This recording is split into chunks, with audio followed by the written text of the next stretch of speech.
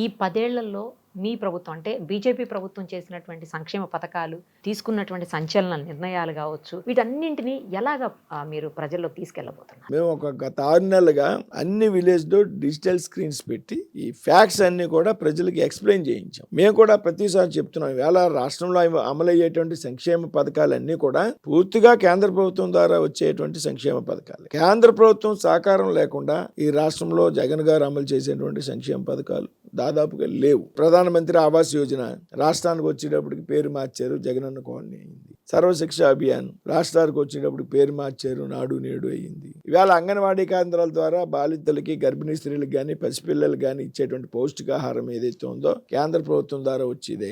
పెన్షన్లో భారతీయ కేంద్ర ప్రభుత్వం యొక్క షేర్ ఉంది. ఉజ్వల యోజన పథకం ఇవాళ ఉచితంగా గ్యాస్ కనెక్షన్స్ ఇస్తున్నారు. ఇవాళ జల్ జీవన మిషన్ కింద ఇంటింటికి ఉచితంగా పైపు కనెక్షన్ ఇవ్వాలనేది కేంద్ర ప్రభుత్వ పథకం.